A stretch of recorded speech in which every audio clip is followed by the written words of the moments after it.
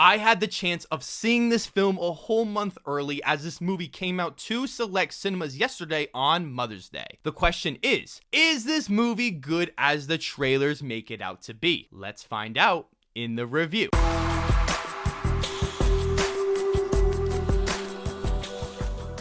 How are we doing, film fans? This is Let's Be Real with Brad.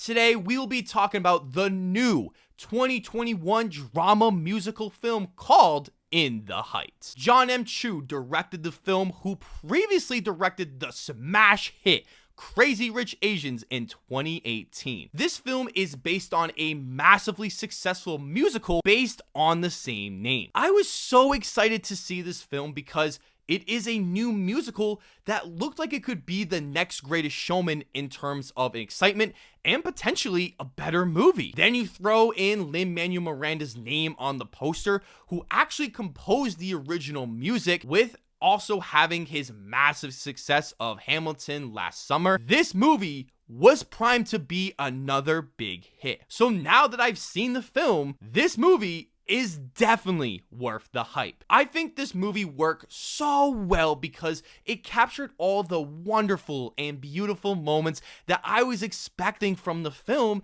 and so much more. It has the beautiful music and dancing you would come to expect, but it also has a great and inspiring story of representation by showcasing the struggles of this Dominican neighborhood and the great chemistry and unity they all have together. This movie is heavily inspired by Spike Lee's Do the Right Thing, having many similarities and homages to that masterpiece, so definitely check it out after watching this film. Let's talk about all the positives I have with this film, starting with the music. If one of the biggest reasons you're going to check out this film is because of the music, you are in for a treat because the music is truly phenomenal. I love all the music in this film because I love Lin-Manuel Miranda's fast-paced hip-hop style that he puts into this music, like Hamilton. The music is so clever and perky with lyrics that always tell much more to the story. The next positive I have with this movie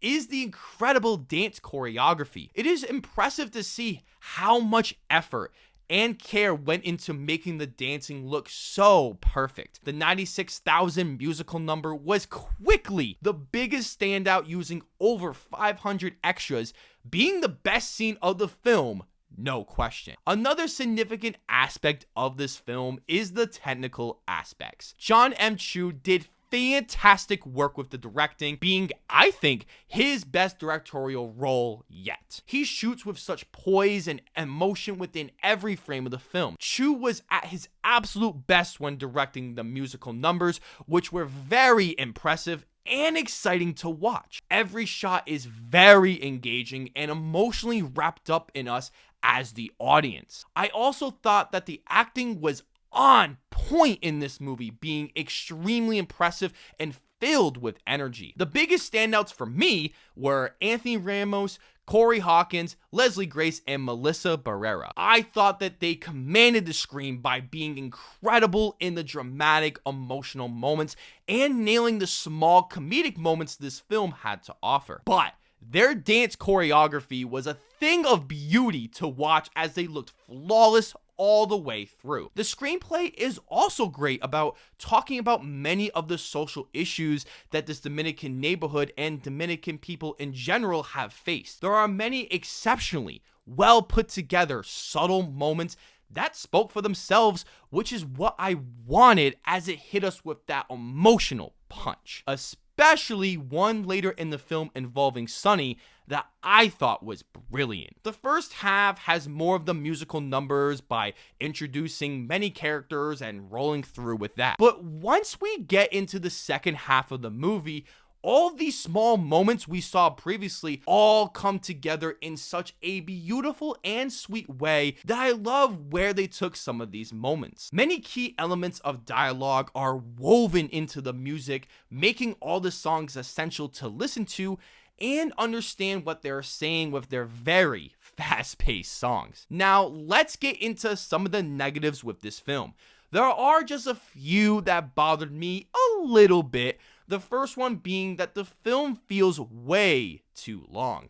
I want to clarify that the runtime itself didn't bother me, but the movie feels like they could have wrapped it up a lot sooner than it did. It happens in the last 10 to 15 minutes of the movie where you could have just cut it down. My second negative is that for the most part, this movie is entirely predictable. I mentioned before how a few twists and turns I didn't expect gave this movie a new edge, but I felt that some of the character arcs and subplots became very predictable, feeling like I wanted more substance to this movie. Overall, I had a marvelous time with this movie as it gave me all the fun summer energy that I needed with this movie. It has terrific directing and editing that make this movie a must-watch when it releases on June 11th in theaters and HBO Max. I am giving In the Heights an 8 out of 10. Thank you all for watching, and I will see you all in the following review.